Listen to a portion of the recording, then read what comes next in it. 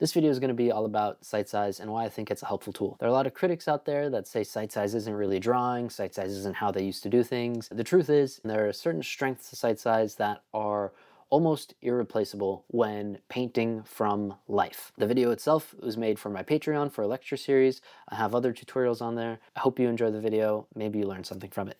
Enjoy.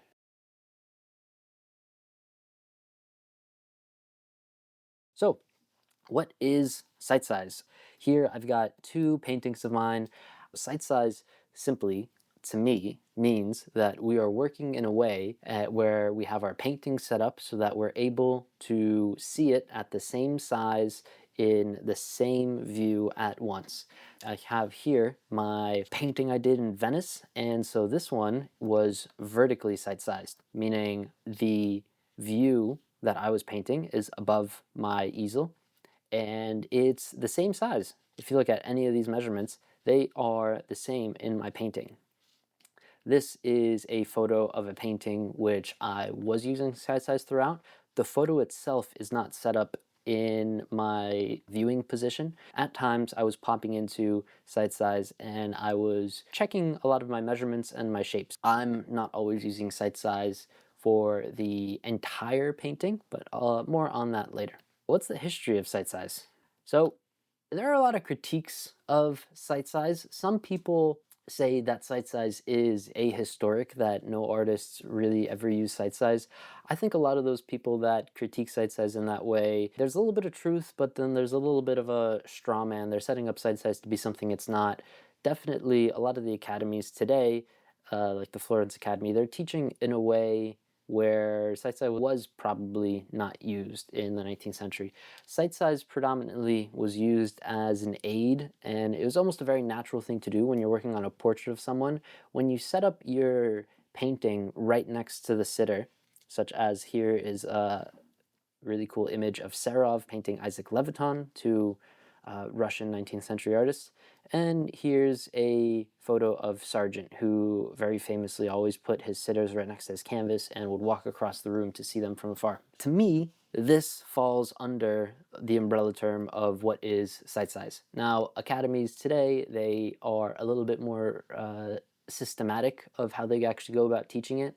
They tie in a few other things, and in some schools they have you sight size with every single project, even including the figure. For a lot of art students, they weren't necessarily working in sight size all the time. Sight size was predominantly a tool for portrait painters, and not all portrait painters always sight sized, but we have pretty clear evidence that there were a few artists who did employ it heavily. And from my personal experience, most of all, whether or not it was historic is not my biggest concern, actually. If someone tells me that sight size wasn't used, I wouldn't really care because I've seen the proof in the pudding, and there are things you can do with sight size that are mind-bogglingly, I wouldn't even know how you would begin to approach the efficiency and speed and specificity and accuracy in your proportions if you're able to use sight size versus whether you're working out of sight size in comparative measurement. At the end of the day, I think sight size is an incredible tool if you're working on portraits, if you're working on still lifes, and if you're working on landscapes even,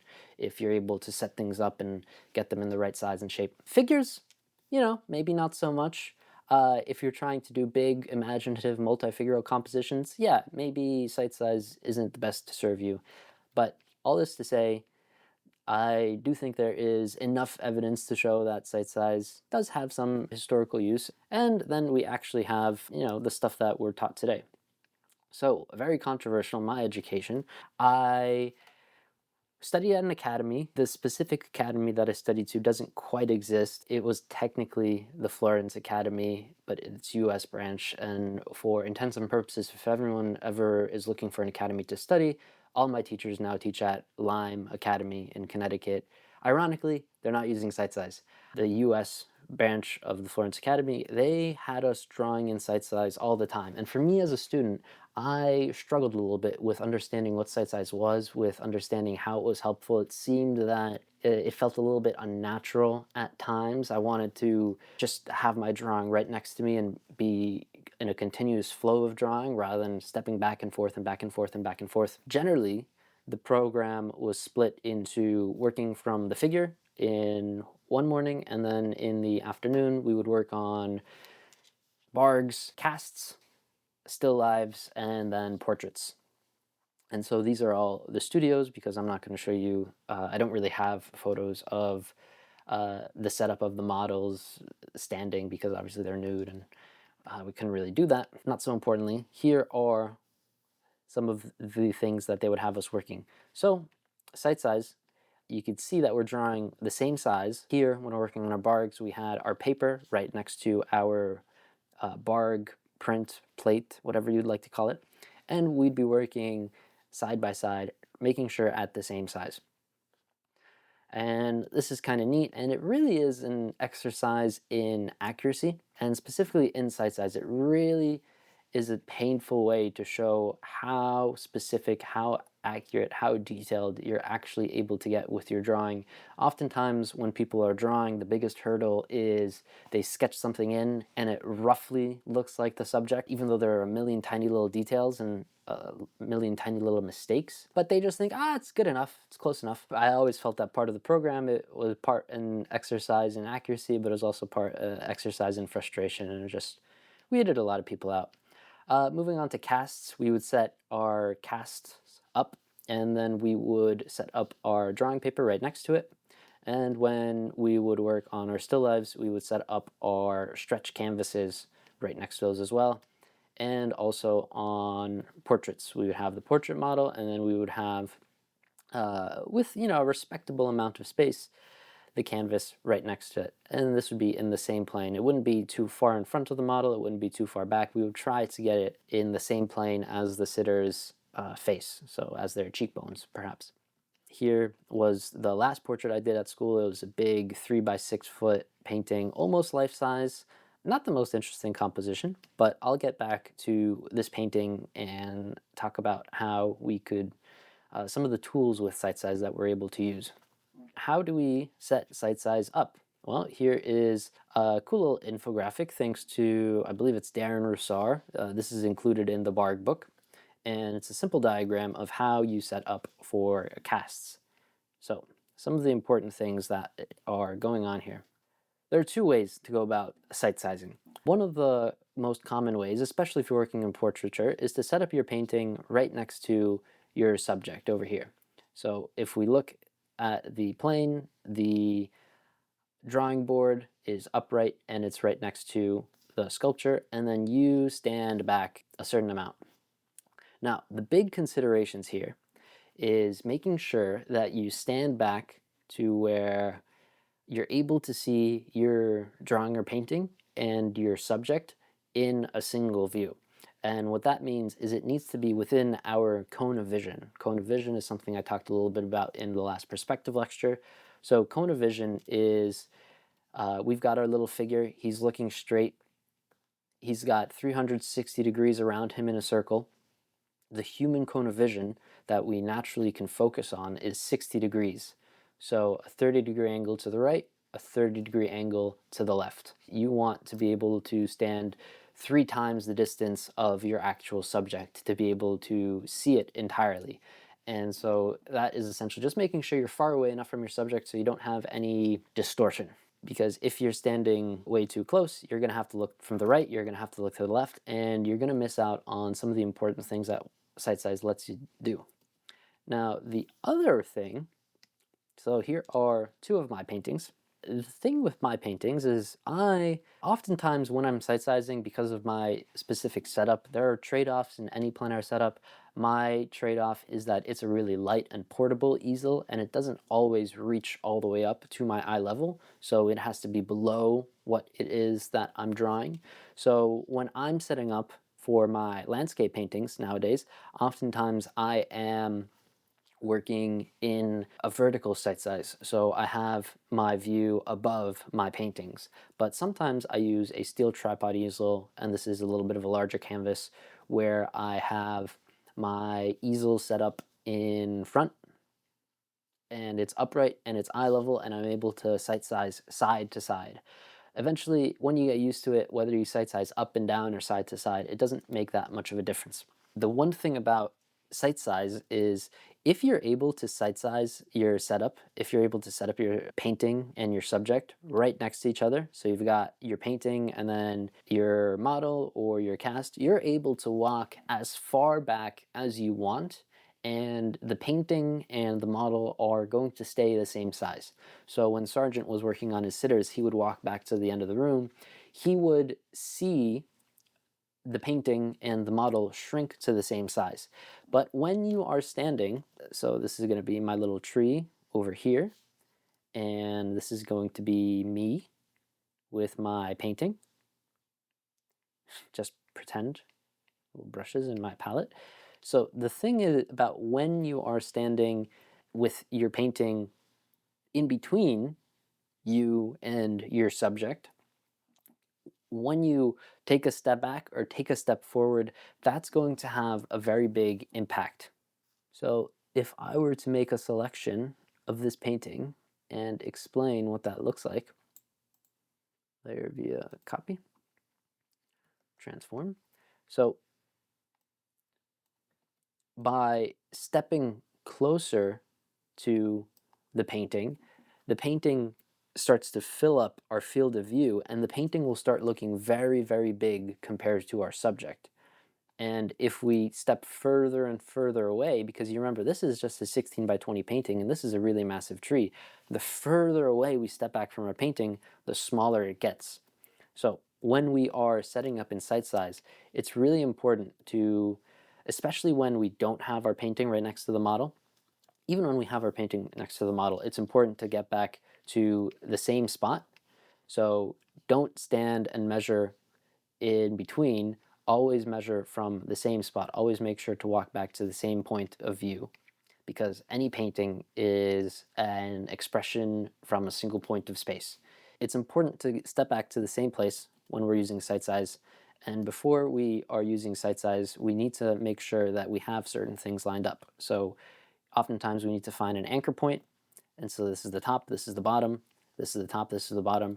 When we are starting to use sight size, when we are making any measurements off of sight size, if we're measuring with a plumb line, so sometimes we're able to measure just these verticals by lining them across and saying, okay, like let's find some things. If we're making those measurements, we're trying to transfer the measurements. If we're too close to our painting and our painting is larger than our scene, we're going to start to have a lot of errors and a lot of inaccuracies. So very important to, when we are drawing in sight size, to make sure that we're in the same point. But a lot of times I am not always working in sight size in my paintings.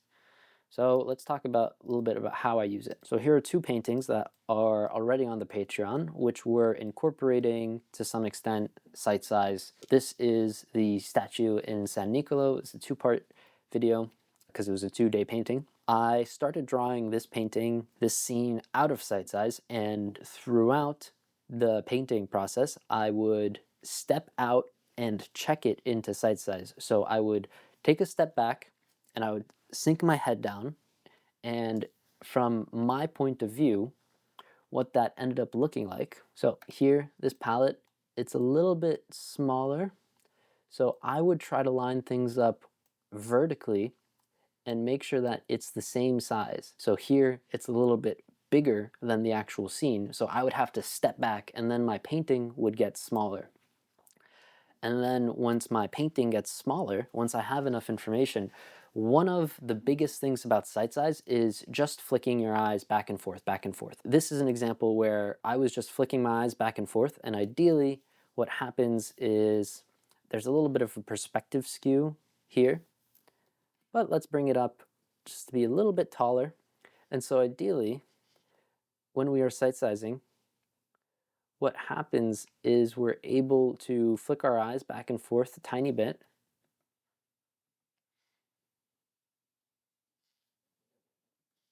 And what happens is we almost create an after image effect within our vision.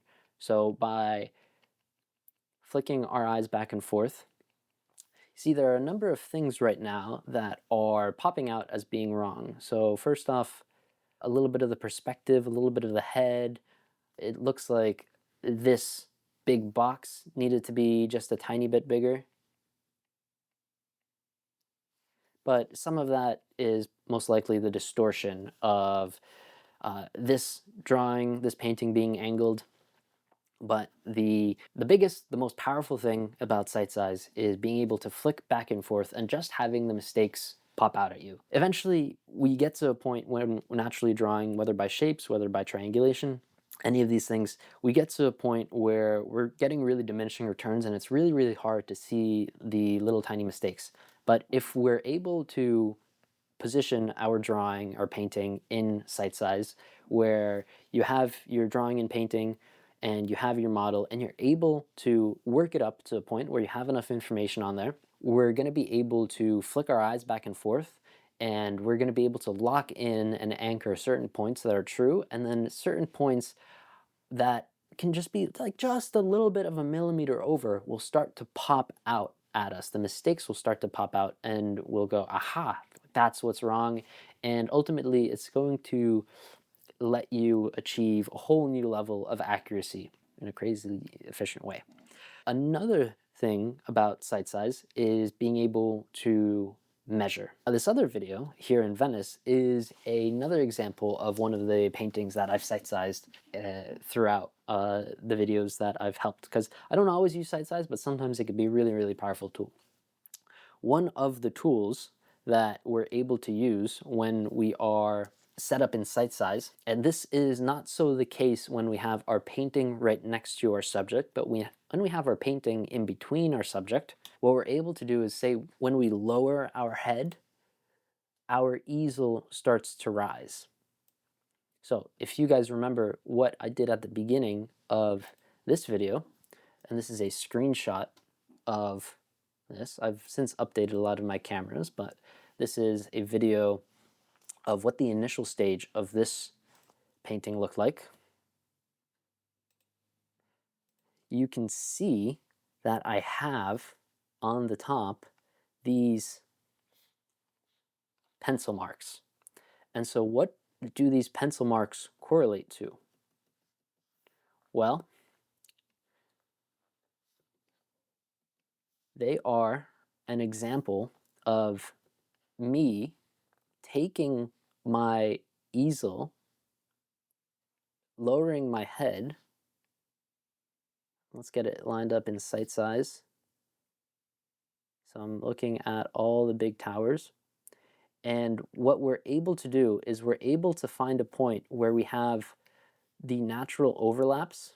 So we have this point, we have the points of the big towers, and then we have this building. And so I, with a pencil, knocked all of those down, and I found my major proportions. I basically just traced a set of major proportions from the scene onto my drawing. Maybe that sounds like cheating. I don't care. It makes your life so much easier and you're able to work so much faster. And there's still so much left to do in painting. I'd say just go for it. Now, the important thing, so we avoid human error, when we are measuring in this way, the important thing is to be very careful to, find our points, find the spacing that we want to have in the subject. So here we have this building, and here we have the edge of this building. And then I'd always make sure when I'm knocking in all the rest of these points that I'm not rocking back with my head, I'm not moving back and forth, but I'm always staying very still and paying attention to where things actually are in space. And then when I'm ready to transfer those measurements down here, one of the things I did is I'd put just a flat line that approximates the angle of the water. With a pencil or with a skewer, I would measure against the side of this page. Rather than just trying to draw a straight line down, I would measure against the side of the page, and I would take that measurement and bring it down again. Because if we just try to draw these lines straight down, eventually our lines are going to be ever so slightly angled the wrong way. It's very hard to make sure that our line is straight, so I find we get less error when we measure from the side of the page. After this point, what we can do then, since we have an entire set of proportions, it's very easy to measure against these proportions. Let's separate these layers. Layer via cut. So these say I move back down with my head. And now what am I able to do? Well, out here, I'm able to use some comparative measurement.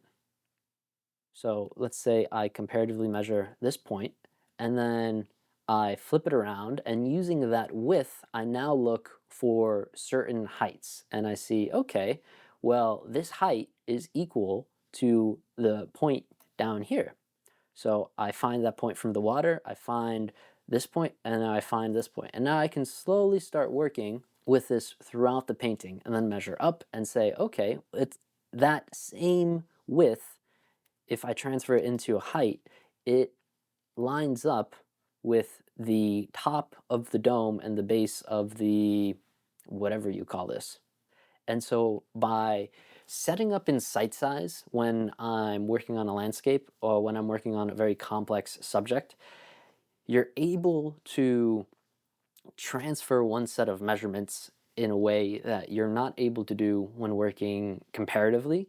And then you can still continue to work comparatively, to continue to use shapes, triangulations, all these things, but you've now set yourself up much more accurately and much more efficiently. And it's way faster.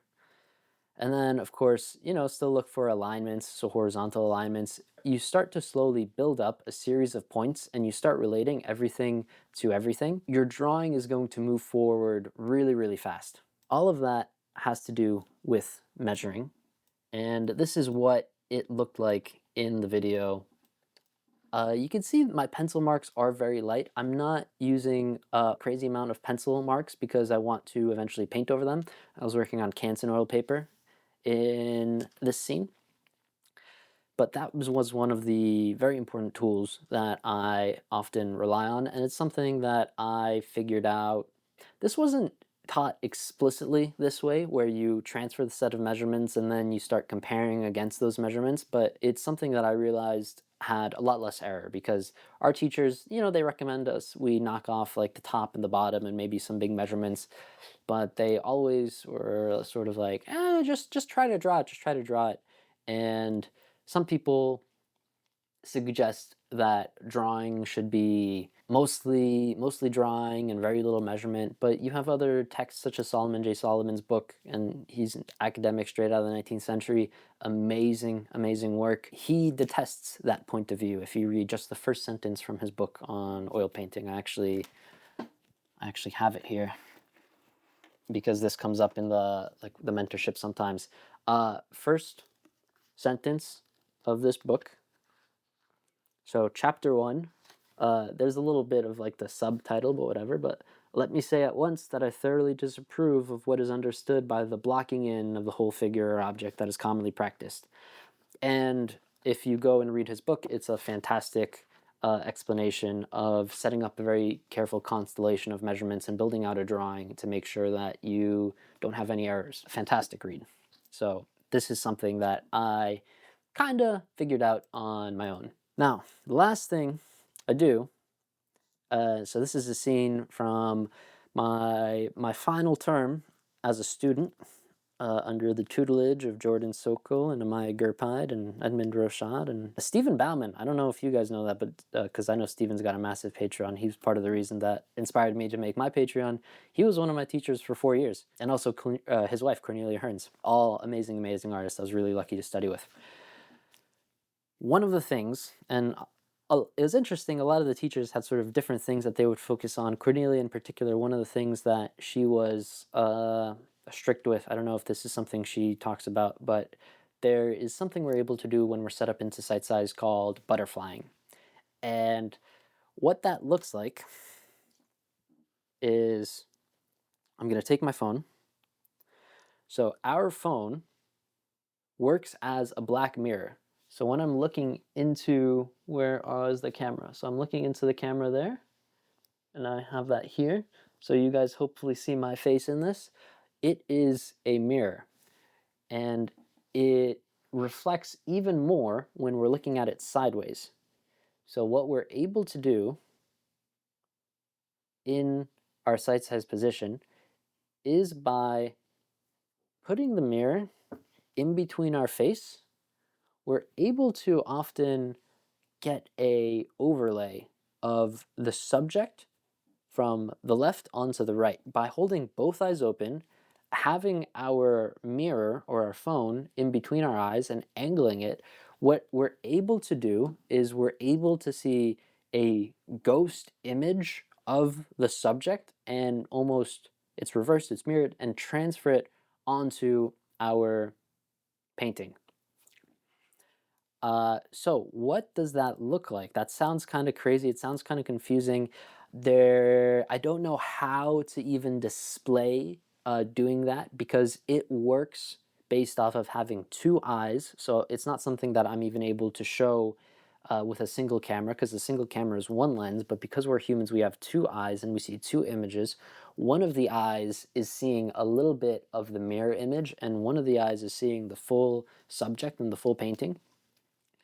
And functionally what that looks like is, so we have a little bit that is mirrored, and then we go and we have to flip it horizontally, and then we also have to lower the opacity. And so it's this ghost image that we're seeing, and this ghost image we're able, by rotating our mirror a little bit to the left or a little bit to the right, we're able to position it on our canvas. Now, there's a little bit of error into this. Sometimes it makes things a little bit bigger, a little bit smaller, but largely what we're able to do, if I take this back into the My Education, we're able to find big proportions. So you can see here that I have some of the major proportions, and by adjusting the mirror image, the butterfly effect, by butterflying our mirror, I'm able to make sure that some of these proportions are lining up. So her shoulders are roughly in the right spot, her heads and her elbows are rightly in the rough spot, so the width compared to the height is roughly in the right spot, and then also the dress. But what this really starts to be powerful in is when we're getting this image, reverse image, what we're able to do is we're able to look at the positive and the negative shapes and make sure that those are symmetrical. So here, the things I would look for when I would get to a point where I would start to butterfly things, it's something you can only really do when your painting is advanced to a certain point. You know, you can start with some of those proportions, but for example, the side of her elbow has a specific angle. And what I'm looking for when I'm butterflying, because you can move the mirrored ghost image a little bit to the left, a little bit to the right, I'm trying to make sure that these angles and the negative shape that is formed by it is symmetrical. And sometimes you'll notice that maybe some points are a little bit low, maybe a little bit high, maybe the angle's a little bit off, but that's one of the big things that I look for there. And then also you can just make sure that the things are lining up. So making sure that her hands and her placement. But most of all, butterflying isn't the secret, measuring isn't the secret. Flicking your eyes is probably the most powerful part of it. It's by flicking your eyes that you're able to tell that things are roughly in the correct proportions. These hands are in the right spot, the face is in the right spot, the fan is in the right spot, it's in the right size. When you're working out of sight size and comparative measurement, especially for a portraiture, it's very, very, very difficult to get this entire series of little tiny measurements all correct and all in the same hierarchy, in the same structure, in the same vein, for them to all be coherent and cohesive. Sight size lets us do that really, really easily.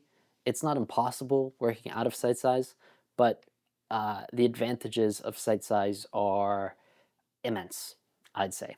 Though that is a quick rundown of what sight size is to me. So sight size is an aid for drawing and painting. It's not a replacement. The critics of sight size will say that sight size isn't really drawing, and I would agree to them. Sight size isn't meant to replace drawing. Sight size is You're not meant to sight size your entire project. But if you incorporate sight size with these other tools of positive and negative shapes, alignments, angles, even thinking sculpturally, thinking about form, thinking about the construction of things, when you're able to put all of these things together, you're able to make stronger and stronger work, more accurate work, better paintings, better drawings, more quickly, more efficiently as a result. Now, a little bit of a demo of how I might use sight size in the flicking back and forth. And this is going to be a bit of a tree because trees are something that's complicated to paint, and it's something I get questions on, and I'm going to pretend that I have my little easel here.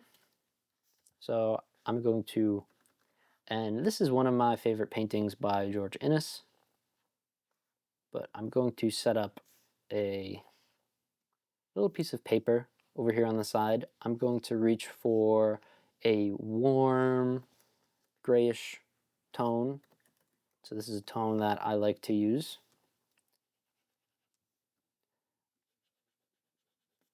So one of the things I mentioned more and more, I used to not always use tone surfaces. Ugh, darn it. I'm painting over this layer by the outline of it by accident, making it kind of sloppy. But whatever. Let's re-outline this just so we have our set of measurements. Okay. So now what can we, if this is our easel, and let's pretend that we have this on a steel tripod easel. So this is my steel tripod. I have the little mast that holds it at the top. I have the little mast that holds it at the bottom. And then I have my pochade box at the bottom. And let me include like some of the little like bits of paint because my pochade box is dirty from just extended use. And this steel is obviously a little bit lighter. But anyway, let's pretend this is my pochade box. So one of the ways to sight size is first off by moving it a little bit over to the left. I'm going to start mixing with a dark brown. I'm going to knock off some of my big measurements. So here is going to be the measurement for the water, here is the bottom leaf, and here is the top leaf. And so I'm going to knock those in a bit.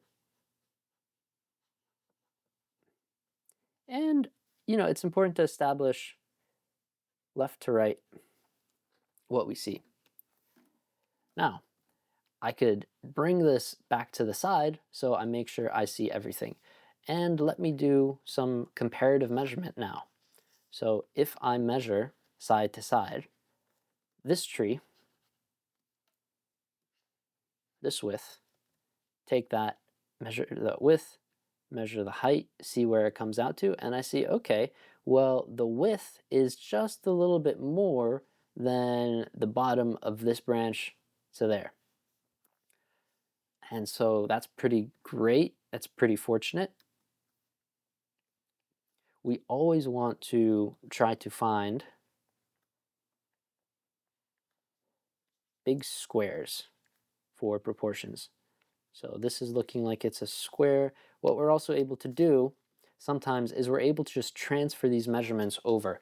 I found that in practice there's a little bit of human error. I don't know why, but whenever I would try to transfer measurements side to side, they would always be a little bit too thin, and then my entire painting would be a little bit too elongated. But that's another thing we're able to do in sight size. So sometimes we're able to just transfer those measurements and say, okay, well, that's going to be the big measurement of that tree.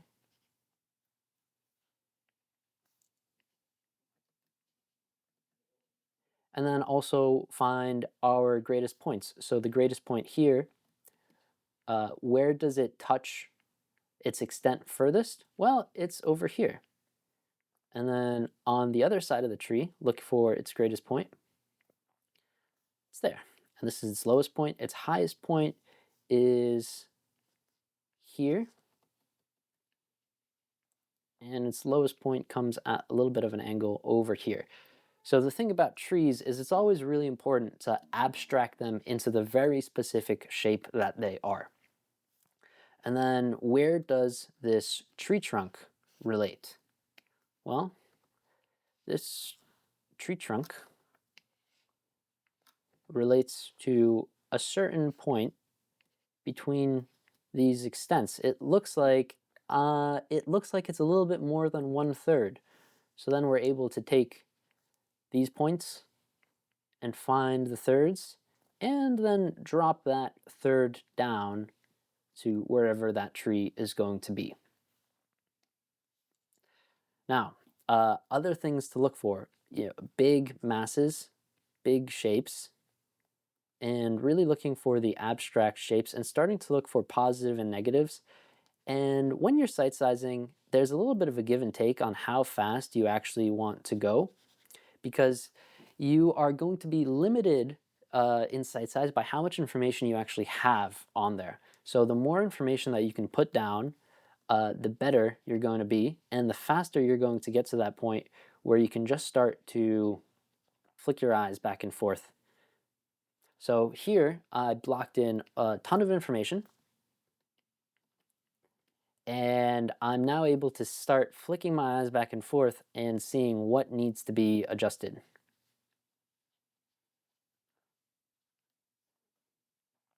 And I'm missing a little bit of the background, and I think soon it's going to behoove me to start adding some color into this. So let's just color pick some of the yellows because I'm feeling a little bit lazy. And so let's start bringing some of those yellows in. And when we're painting masses, what we can do is we start cutting into the shape and making sure that the abstract shape is going all right. And so taking more of these oranges and incorporating them throughout the painting where they should be. The tricky thing about this foliage is making sure that we manage to capture the very specific softness to it. And then also there are these small things here.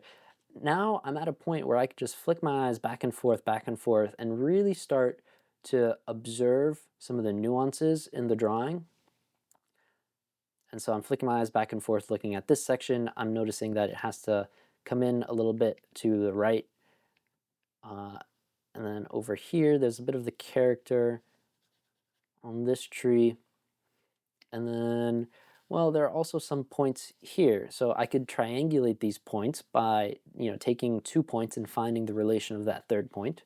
So from the tree trunks here to this outer point, I'm looking for this triangle. So I look for that, find that, knock it in. That's starting to look good, starting to be relevant.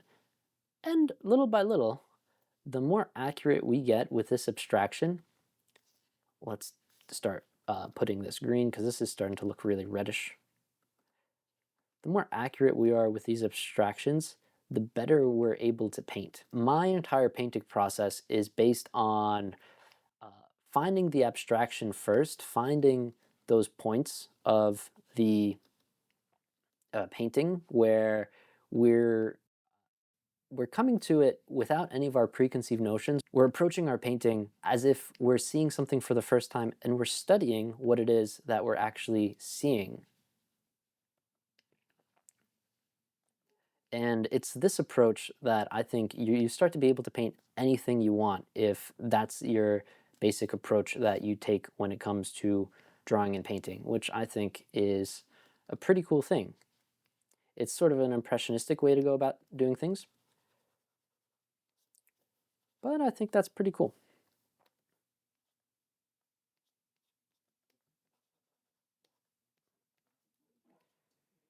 right? And so now if I zoom out, I can start asking myself again, all right, what's looking wrong? And I see there are a bunch of things that are just not quite right. So this is actually a little bit too low down, and I need to include some of the gradients, make sure that the sky is getting darker.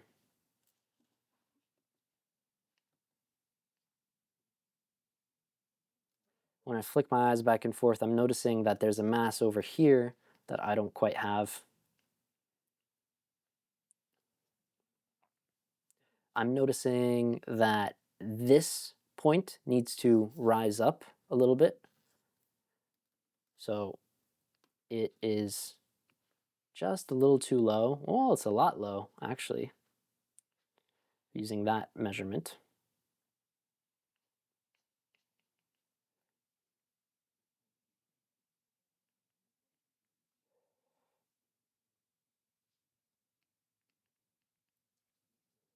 And work on the softness of these trees a little bit.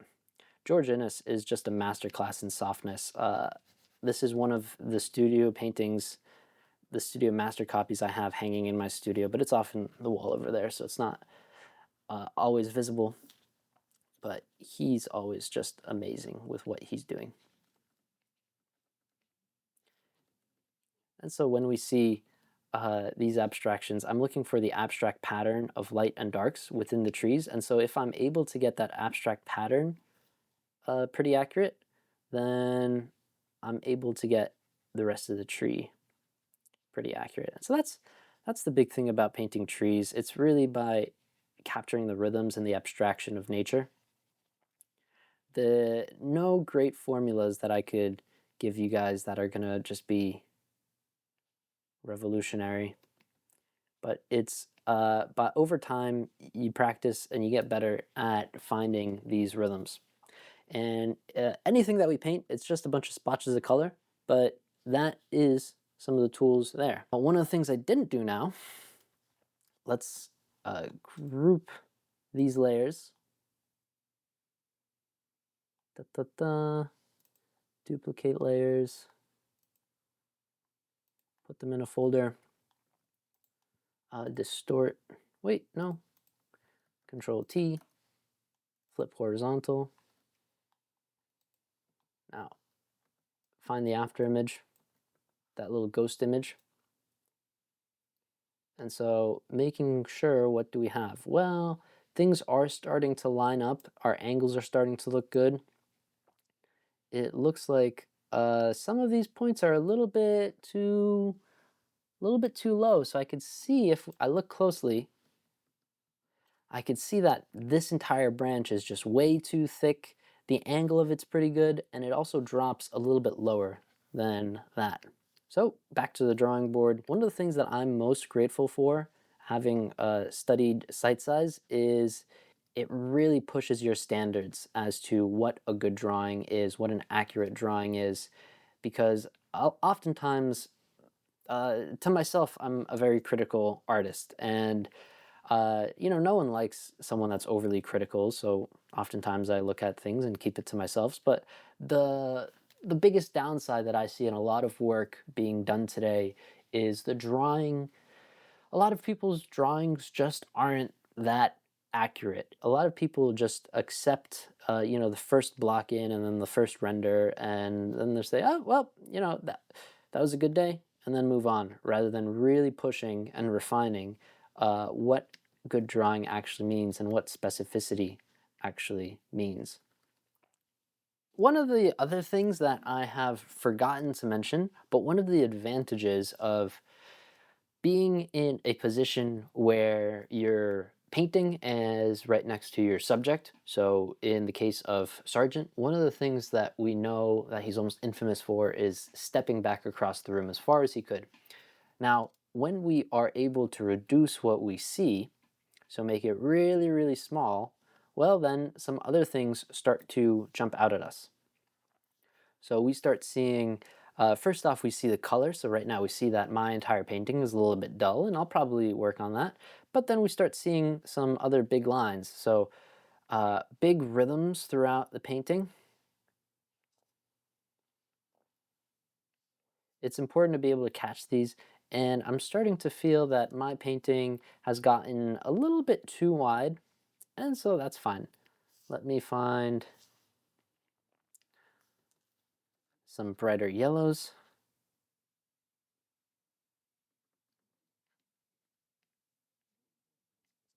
I'm going to cut in a little bit for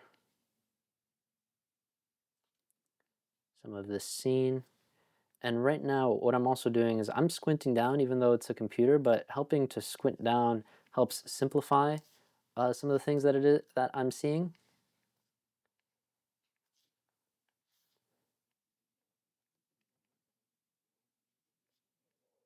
So it's helpful, very helpful. There's a little bit of darkness along the horizon that I'm kind of missing. But ideally, one of the cool things about sight size is when we start hitting things just right, and we get that effect of when our canvas is blending into the background. That's always a pretty fun moment. So I'm feeling that, flicking my eyes back and forth. I feel that this has come out a little bit too much.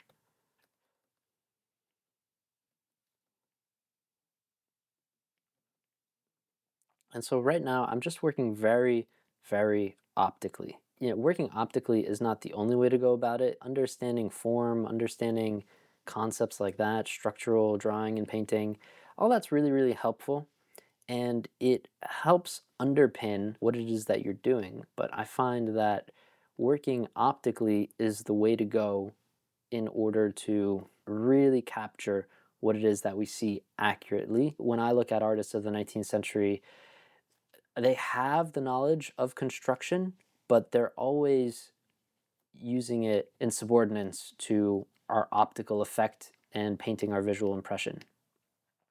At least that's what people in the 19th century, people that studied with Duran and admired Velázquez, like Ram Stevenson, he says that, Velázquez was one of the first impressionists because he painted the optical impression, and that's what all those Boston guys are kind of talking about, to my knowledge, to my understanding. So, still working, flicking my eyes back and forth. The more information that we put down, the more information we're going to be able to start seeing. We're starting to get really subtle refinements in some of these edges, and I'm looking at some of the widths that I have included here. These little shapes.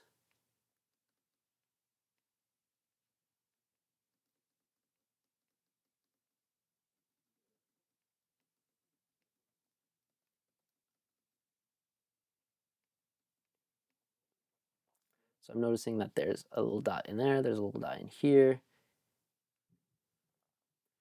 There are a lot more darks coming up here above the horizon in a very interesting fashion.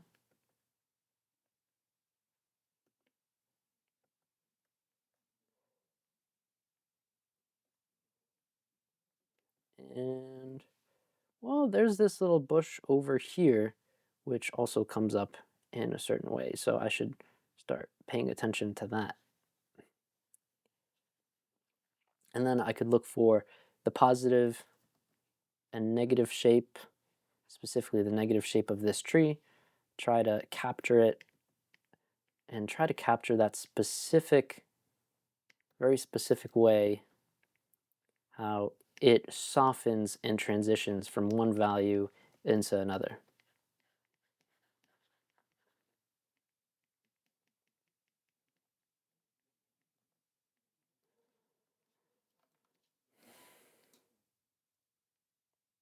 All right, zoom back out.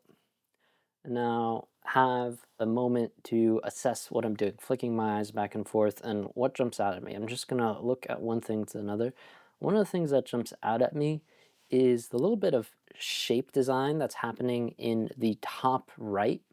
So over here, it needs to be out just a little bit more mass in here. but also making sure that it's not too dark. So now, this point when I'm flicking my eyes back and forth matches a lot better. Now flicking my eyes back and forth, I see in this shape that there's sort of like a tail. I kind of see it as a horse. So like this is the head of the horse. This is the legs of the horse running forward, and this is sort of like the hind legs or something. And so I'm sort of missing that connection of the hind legs just a little bit. And looking at this shape actually has to come up a little bit. All right, flick my eyes back and forth a bit more. I feel that there's a bit more of an opening. There's a big opening and a small opening. I don't really have that small opening. There's a little shape there. There's a little yellow dot right in here that I'm just missing. So it's above this. It comes in, it's a little bit, the rhythm's a little bit towards the left. Include that. That's better now. And then I'm going to look at this shape, flick my eyes back and forth, and what do I see with this shape? Well, I see that this shape actually has a little bit more body in here, and it's got a little something sticking out. All right. Over here, there are some things missing. There's a little bit of shape going there, so I'm going to flick my eyes back and forth at that. Really, at this point, some of this stuff's probably pretty boring, but it's mostly the flicking your eyes back and forth. Once you have enough information, you could really flick your eyes back and forth, and just the difference is the things that are wanting, the things that are missing from the painting start to jump out at you.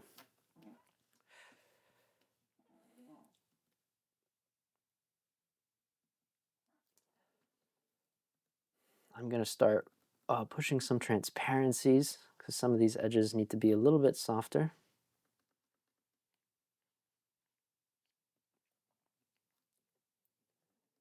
And then here, start to get these, like there are these two clumps of leaves and then a third.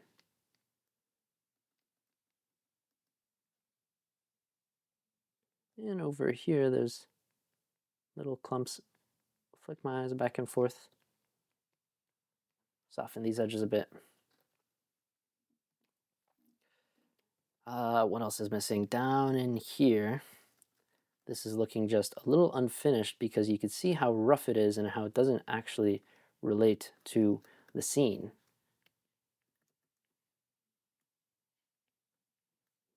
So by tidying up the bottom,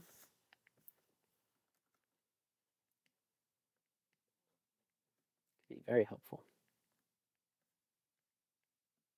I'm noticing the angle down in here needs just a little bit of an opening. Here.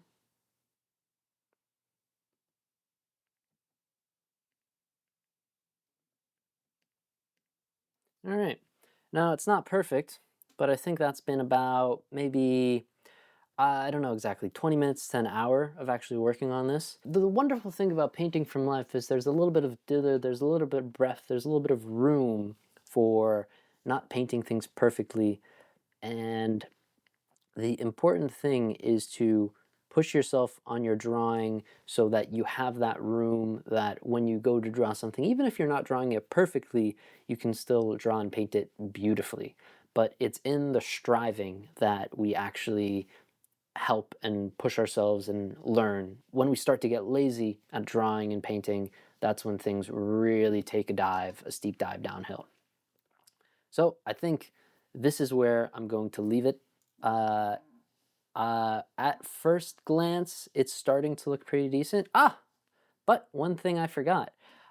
Another thing that you can do when you're sight sizing, if you have your phone, is rather than using your phone to butterfly, you could just use your phone to mirror the image. And oh, now that I mirror this image, I'm starting to see a whole bunch of other things that are popping out. The main thing that I notice is the width. And this is such a subtle thing, guys. So from this tree into this branch, there is a very specific width, and it appears that my width has gone a little too far. It's a little too wide.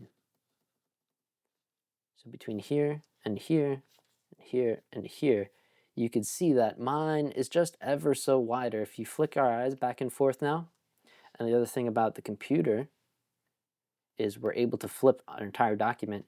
Once we mirror that image, so traditionally by holding up a mirror and looking at that mirror, now we're able to see a bunch of other mistakes. We have a fresh set of eyes, and this wasn't as good as I thought it was looking. But that's always the case. You know, we start to work, and then we start to feel good about it. And just when we start to feel good about it, we realize that we still have a long way to go. But like I was saying, it's in the striving. So we have to strive to paint better. Sight size is a really great tool to be able to paint more accurately. It's something that I'm thankful for that I was taught. I know it might not be the most historic method, but it doesn't matter that it's the most historic method or not, because there are clear and obvious benefits to it, I would say. Okay, now that's starting to look better. Flick my eyes back and forth if I see anything major. It's really the flicking of the eyes back and forth. If you are a humble observer and flick your eyes back and forth and pay close attention to the sensation, because at this point flicking your eyes back and forth, it's one of those tools of drawing that is no longer analytical, but it's much more a sensation, and we're trying to feel and see what jumps out of us, and sometimes what jumps out of us is just a mere feeling, and so we need to be very attuned to it. But if we are, then hopefully our paintings will be able to go far. Flick it back over.